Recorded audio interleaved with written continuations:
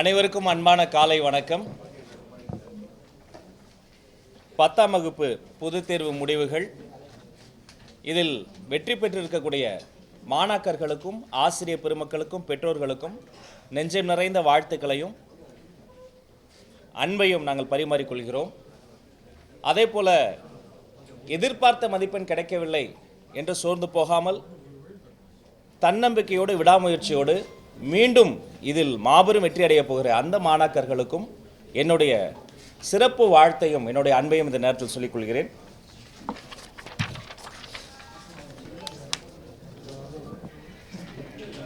இந்த நேரத்தில் தேர்வு எழுதிய மாணவர்கள், தேர்வு எழுதிய மொத்த மாணாக்கர்கள் 8,70,643 மாணவர்கள் தேர்வு எழுதியிருக்கிறாங்க. இதில் மாணவியர்களின் எண்ணிக்கை 4,35,247 பேர். மாணவர்களின் எண்ணிக்கை 4,35,396 மாணவியர்கள் எழுதியிருக்கிறாங்க. சரி, இப்போ தேர்ச்சி விவரங்களை பார்ப்போம். மொத்தம் தேர்ச்சி பெற்ற மாணாக்கர்களினுடைய எண்ணிக்கை 8,21,105 மாணாக்கர்கள் தேர்ச்சி பெற்றிருக்கிறாங்க. The total number of passed candidates உடைய பர்சன்டேஜ் பார்க்கிற பொழுது 94.31%, 94.31% மாணவர்கள் தேர்ச்சி பெற்றிருக்கிறாங்க. இதில் தேர்ச்சி பெற்ற மாணவியர்களினுடைய சதவீதம் பார்க்கிற பொழுது 96.47% மாணவிகள், அதாவது 4,19,891 மாணவியர்கள் தேர்ச்சி பெற்றிருக்கிறாங்க. மாணவர்களை பார்க்கிற பொழுது 92.15% மாணவர்கள், அதாவது 4,01,214 மாணவர்கள் தேர்ச்சி பெற்றிருக்கிறாங்க. அப்போ உங்களுக்கு தெரியாத சட்டம் இல்லை, வழக்கம் போல மாணவர்களை விட மாணவியர்கள் அதிகம் தேர்ச்சி பெற்றுள்ளனர். குறிப்பாக சொல்லணும்னா 4.32% அதிகமாக மாணவர்களை விட மாணவியர்கள் தேர்ச்சி பெற்றிருக்கிறாங்க. சரி, கடந்த ஆண்டு தேர்ச்சி பெற்ற மாணவர்கள் மாணாக்கர்களினுடைய எண்ணிக்கை இப்பயும் பார்க்கிற பொழுது கடந்த ஆண்டை விட கூடுதலாக இந்த முறை 0.51% மாணவர்கள் மாணாக்கர்கள் தேர்ச்சி பெற்றிருக்கிறாங்க. 0.51% அதிகமாக இந்த முறை நமக்கு ரிசல்ட் கிடைச்சிருக்கு. மொத்த பள்ளிகளின் எண்ணிக்கை 12,407 பள்ளிகள். அதில் 100% தேர்ச்சி பெற்ற பள்ளிகள் 5,171 பள்ளிக்கூடங்கள் 100% காமிச்சிருக்கிறாங்க. 100% பாஸ் பர்சன்டேஜ் காமிச்சிருக்கிறாங்க. 5,171 5,171 ஸ்கூல்ஸ் 100% பாஸ் பர்சன்டேஜ் காட்டியிருக்கிறாங்க.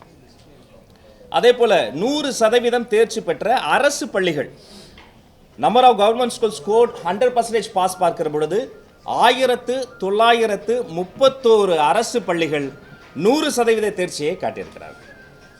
சரி, இப்போ இதில் அரசு பள்ளிகளினுடைய பாஸ் பர்சன்டேஜ் பார்க்கிற பொழுது, தேர்ச்சி சதவீதம் பார்க்கிற பொழுது 91.86 91.86% கவர்மெண்ட் ஸ்கூல்ஸில் பாஸ் பர்சன்டேஜ் இருக்குது. கவர்மெண்ட் எய்டட் ஸ்கூல்ஸ், அரசு உதவி பெறும் பள்ளிகளில் 94.34 94.34% இருக்குது. பிரைவேட் ஸ்கூல்ஸை பொறுத்த வரைக்கும் 98.14 98.14% இருக்கிறது. இப்போ எந்தெந்த மாவட்டங்களில் சிறப்பிடம் பெற்றிருக்கிறாங்க தேர்ச்சி சதவீதத்தில்? சிறப்பிடம் பெற்ற 5 மாவட்டங்களை இப்போ நான் சொல்ல போகிறேன். தமிழ்நாடு அளவில் 97.57% தேர்ச்சி சதவீதம் பெற்று 97.57% ஸ்கோர் பண்ணி புதுக்கோட்டை மாவட்டம் முதலிடத்திலும், அதைத் தொடர்ந்து 97.54% 97.54% சிவகங்கை அதற்கு அடுத்த இடத்திலும், 97.41 97.41% தஞ்சாவூர் மூன்றாவது இடத்திலும், 97.31 97.31% திருச்சி மாவட்டம் அதற்கு அடுத்த இடத்திலும், 97.30 97.30 கன்னியாகுமரி மாவட்டம் அதற்கு அடுத்த இடத்திலும் இருக்கிறாங்க. திரும்ப மாவட்டங்களின் இதை மட்டும் சொல்ற, சிறப்பிடம் பிடித்த 5 மாவட்டங்கள் புதுக்கோட்டை, சிவகங்கை, தஞ்சாவூர், திருச்சி, கன்னியாகுமரி. புதுக்கோட்டை 97.57%, சிவகங்கை 97.54%, தஞ்சாவூர் 97.41%, திருச்சி 97.31%, கன்னியாகுமரி 97.30%. அதே போல் அரசு பள்ளிகள் சிறப்பிடம் பிடித்த 5 மாவட்டங்கள்: சிவகங்கை 97.42%, புதுக்கோட்டை 97.09%, தஞ்சாவூர் 96.89%, ராமநாதபுரம் 96.78%, திருச்சி 96.48%. அரசு பள்ளிகள் சிறப்பிடம் பிடித்த 5 மாவட்டங்கள். அரசு பள்ளிகளில் சிவகங்கை மாவட்டம் 97.42% முதலிடத்திலும், புதுக்கோட்டை 97.09% அடுத்த இடத்திலும், தஞ்சாவூர் 96.89% அதற்கு அடுத்த இடத்திலும், ராமநாதபுரம் 96.78% அதற்கு அடுத்த இடத்திலும், திருச்சி 96.48% அதற்கு அடுத்த இடத்திலும் தேர்ச்சி பெற்றிருக்கிறார்கள். மாற்றுத்திறனாளிகளை மாண்புமிகு தமிழ்நாடு முதலமைச்சர் சி. ஜோசப் விஜய் அவர்கள் சமூகத்தை மாற்றும் திறனாளிகளாக பார்க்கிறார். அவருடைய அமைச்சரவை கீழேயே, அவருடைய அமைச்சுக்கிலேயே அவங்களை வைத்திருக்கிறார். தேர்வு எழுதிய மாற்றுத்திறனாளி மாணாக்கர்களினுடைய மொத்த எண்ணிக்கை 13,292. இதில் தேர்ச்சி பெற்ற மாற்றுத்திறனாளி மாணாக்கர்களின் எண்ணிக்கை 11,416. 85.89%, 85.89% மாற்றுத்திறனாளி மாணாக்கர்கள் தேர்ச்சி பெற்றிருக்கிறார்கள். தேர்வு எழுதிய சிறைவாசிகள் மொத்த எண்ணிக்கை 370. அதில் தேர்ச்சி பெற்றோர் எண்ணிக்கை 354. 95.68%, 95.68% சிறைவாசி மாணவர்கள் தேர்ச்சி பெற்றிருக்கிறார்கள்.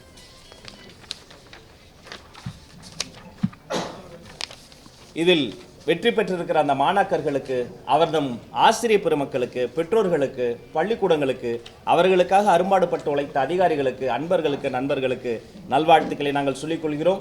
இந்த நேரத்தில் கல்வி என்பது தமிழ்நாட்டினுடைய மிக முக்கியமான ஒரு பாதையாக இருக்கிறது. இதில் அடியெடுத்து வைக்கிற, அடுத்த நிலைக்கு செல்ல இருக்கிற அனைத்து நல் உள்ளங்களுக்கும் எங்களுடைய வாழ்த்துக்களையும் வணக்கங்களையும் தெரிவித்துக் கொள்கிறோம். நன்றி.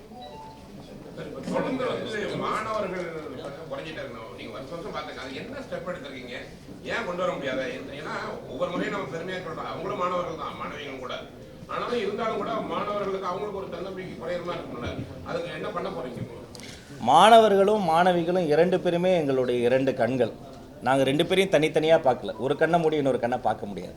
அதனால் மாணவிகள் நிறைய மார்க் வாங்குறதும், மாணவர்கள் கம்மியாக வாங்குறதும் அவர்களுக்குள்ளார நம்ம போட்டியாக பார்க்கக்கூடாது. 2 பேருமே நம்ம குழந்தைகள் தானே. அதனால் நிச்சயமாக எதிர்வரும் ஆண்டுகளில் அதுவுமே மாறும் என்பதை நம்ம எதிர்பார்க்கிறோம். இடைநிற்றல் இல்லாத கல்வியை உறுதிப்படுத்துவதற்காக பல்வேறு திட்டங்களை நம்ம ஏற்படுத்தியிருக்கிறோம். ஒரு மாணவர் பொருளாதார, சமூக, தனிநபர் காரணங்களுக்காக அவர் பள்ளிக்கூடம் வரலன்னா உடனடியாக அவர் வீட்டிற்கே சென்று ஏன் வரவில்லை என்பதை ஆராய்ந்து உடனடியாக அவருக்கு மறுபடியும் கொண்டு வருவதற்கான திட்டங்களை செய்திருக்கோம். அது மட்டும் இல்லை, கொடிய கொரோனா காலகட்டத்திற்கு பிறகு பல்வேறு சிறப்பு திட்டங்கள் மூலமாக இடைநிற்றல் இல்லாத ஒரு கல்வி என்ற நிலையை ஆல்மோஸ்ட் நம்ம எழுதிவிட்டோம். எனவே எல்லா ஒரு மாணவர் கூட மிஸ் ஆகிடக்கூடாதுன்னு அது ஒரு பெரிய ஒரு மலை போன்ற ஒரு டெரெயினில் இருக்கக்கூடிய மாணவராக இருக்கலாம், கஷ்டத்தில் இருக்கக்கூடிய ஒரு மாணாக்கராக இருக்கலாம், யாராக இருந்தாலும் மிஸ் அவுட் ஆகக்கூடாதுன்னு இன்க்ளூசிவாக அவங்க அத்தனை பேருமே உள்ள கொண்டு வந்து.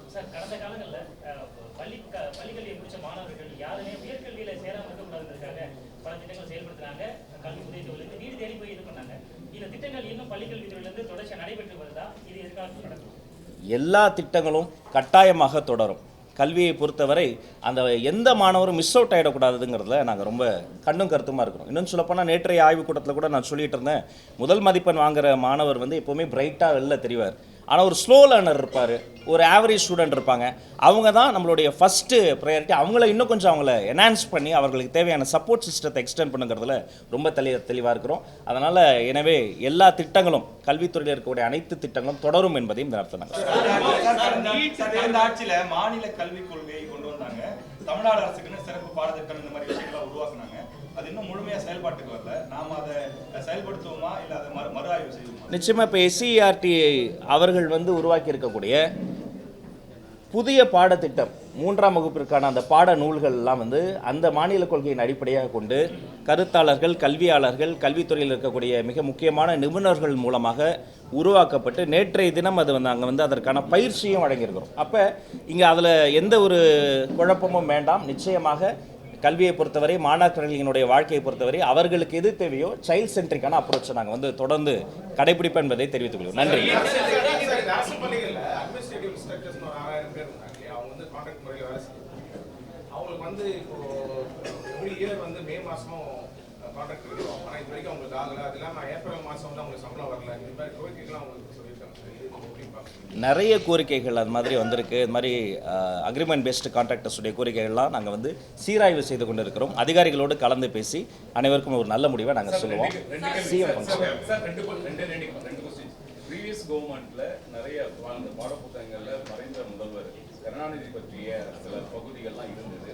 ஸோ ரிவைஸ் பண்ண போற அந்த டெக்ஸ்ட் புக்கில் அதெல்லாம் இடம்பெறுமா ஒன்று. ரெண்டாவது, காலங்காலமாக பார்த்தோம்னா இந்த எஜுகேஷன் குவாலிட்டியில் ஒரு ஈக்குவாலிட்டி இல்லாமையே இருக்கு.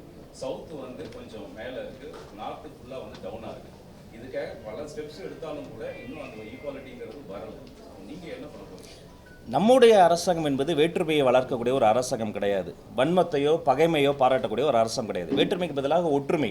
அது அரசியல் ரீதியான ஒற்றுமை மட்டும் கிடையாது. சிலபஸில் கூட பார்த்தீங்கன்னாலும் நீங்கள் சொல்கிறதுபடி ஆண் பெண் வடக்கு தெற்கு அப்படி பிரித்து பார்க்கக்கூடிய ஒரு மனப்பான்மை இல்லை. இன்னும் சொல்லப்போனால் எல்லோரையும் சேர்த்து அரவணைக்கக்கூடிய ஒரு அரசாங்கமாக தான் நம்முடைய அரசாங்கம் இருக்கும். எனவே அடுத்தடுத்து என்னென்ன வரப்போகிறது என்பதை அடுத்தடுத்த கூட்டங்களில் பேசுவோம். எங்களுடைய கண்மணிகளுக்கு உங்கள் மூலமாக மீண்டும் என்னுடைய நெஞ்சம் நிறைந்த வாழ்த்துக்களை சொல்லிக் கொள்கிறேன். தேங்க்யூ.